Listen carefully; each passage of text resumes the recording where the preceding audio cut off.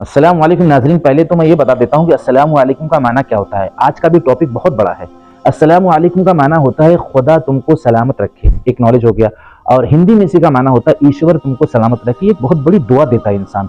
तो मेरे जितने भी देखने वाले हैं, मैं उनको एक दुआ दे रहा हूँ कि खुदा तुमको सलामत रखे, तुम्हें सीधे रास्ते पर और सच्चे रास्ते पर चलने वाला बनाए और हर बला हर मुसीबत से बचाए। आज का जो टॉपिक है मेरे दोस्तों, वो है मुशायरा के ऊपर।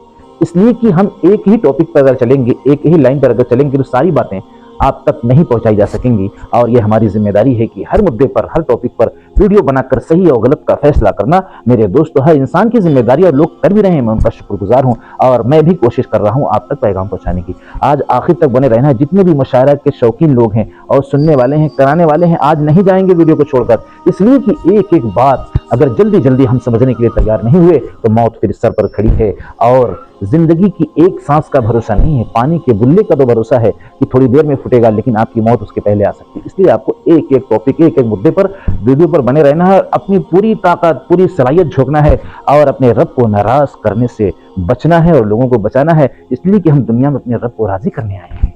हम दुनिया में सबसे बड़ा काम क्या है? हम अपने रब को राजी करने आए। जितनी भी बातें उनकी वो बोले करने के लिए, उसको करना है। जितनी बातों से मना की, उसे हमें रुकना है, इसलिए कि हम उनसे डरते हैं। हमारी कोई ताकत नहीं है, हमारे पास एक कदम चलने की ताकत नहीं, इसीलिए कहा ये कदम उठते नहीं उठाए जाते हैं। एक कदम उठाने के बाद दूसरा हमें सहारा लेना पड़ता है। और जमीन का सहारा जमीन किसने बनाया, ये बात अपनी नॉलेज में बैठाना है। तो आज बात ये करनी है मुशायरे के ऊपर। मुशायरा जो लोग करते हैं उसमें जो औरतों को ले आते हैं, वही खास मुद्दा है आज का। औरतों को ले आकर ऐसी तौहीन करते हैं, ऐसा जलील करते हैं। एक औरत को जो पर्दे की चीज थी, घर की चार दीवारी में रहने की चीज थी, यानी स्टेज पर ले आना एक औरत को मर्दों के दरमियान, और खुद मर्द साथ में बैठे हुए हैं। औरत बाहर जा सकती है, एक तरीका है, एक सेफ्टी होना चाहिए उसकी, लेकिन स्टेज पर लाना और ऐसे लोगों के सामने कर देना जो उसका मजाक उड़ा रहे हों, जो उसकी हंसी उड़ा रहे हों, जो उसको जो है ऐसे अल्फाज बोल रहे हैं जो अल्फाज गंदे हैं।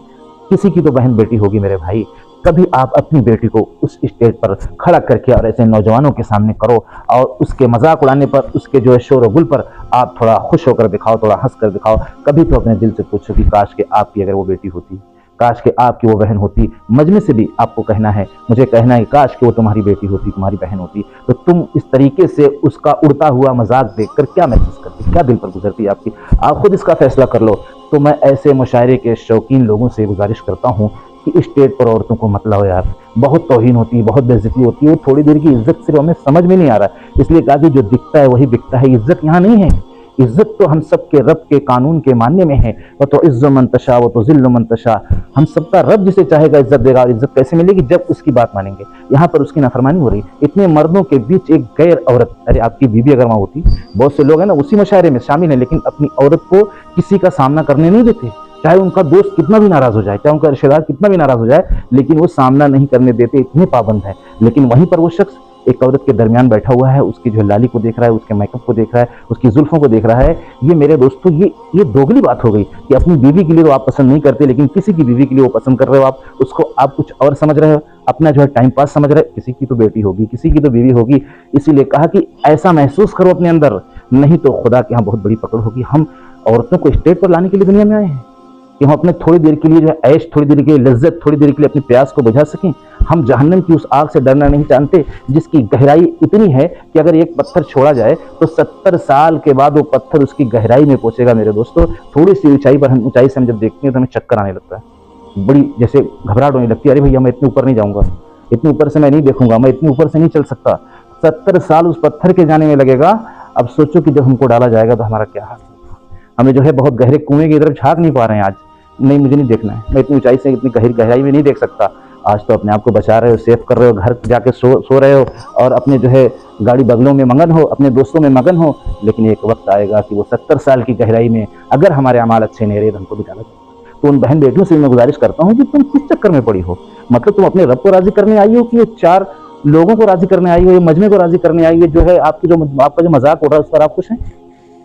यानी आपकी मत इतनी मारी गई, आपकी अकल इतनी मारी गई कि आप जलील हो रही हैं और जिल्लत में आप इज्जत महसूस कर रही हैं। अरे जो आवाज लगा रहे हैं आपको, आप तो पर्दे की चीज थी ना, लेकिन आपने अपनी इज्जत को, अपनी अहमियत को जब नहीं समझा तो लोग आपकी जो है क्या कर रहे हैं, लुलकार लगा रहे हैं आपके नाम पर, आपका मजाक उड़ा रहे हैं। दोबारा आओ, तिबारा आओ।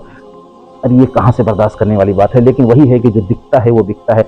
आपको थोड़ी देर के लिए खूबसूरती नजर आ रही है जिसको आप छोड़ने के लिए तैयार नहीं है, एक चमक दमक नजर आ रही है, थोड़ी देर की शोहरत, थोड़ी देर की वाहवाही, थोड़ी देर की चिल्लाहट, जिससे आप इतना ज्यादा खुश हैं कि आप अपने से फूले नहीं समा रही हैं। आप ये नहीं सोच रही हैं कि मेरा दुनिया में आने का क्या यही मकसद था कि मैं स्टेज पर खड़ी होकर और अपनी जुल्फों को दिखाकर, अपनी लाली को दिखाकर, जो सिर्फ शौहर के लिए वो चीज बनी थी, कोई दूसरा नहीं देख सकता था, आज मजमा देख रहा है, मजमा आपका मजाक उड़ा रहा है।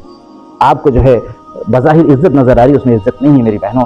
आप इन हरकतों से तौबा करो, स्टेज प्रोग्राम से तौबा करो। आप पर्दे में अकेले में औरतों के साथ ऐसा प्रोग्राम करो, मर्दों के साथ ऐसा प्रोग्राम न करो। और उन जवान भाइयों से, उन बैठी हुई हस्तियों से मैं गुजारिश करता हूँ, जो लोग दाढ़ी टोपी वाले भी हैं, नमाजी भी हैं, गुजारिश करता हूँ कि जरा अपनी बेटी को ले आकर वहां पढ़ा के देखो मेरे दोस्तों, तो आपके दिल में एहसास होगा। आप जो है पगला, जरा अपनी बेटी को वहां पर लेकर आओ, जरा अपनी बीवी को वहां पर लेकर आओ, जरा अपनी बहन को वहां पर लेकर आओ और स्टेज प्रोग्राम करवा के दिखा दो। अगर वो पढ़ना नहीं जानती, सिर्फ वहां पर जो मेकअप लगा कर आप स्टेज प्रोग्राम पे खड़ा करके नहीं दिखा सकते, पढ़ना तो दूर की बात है।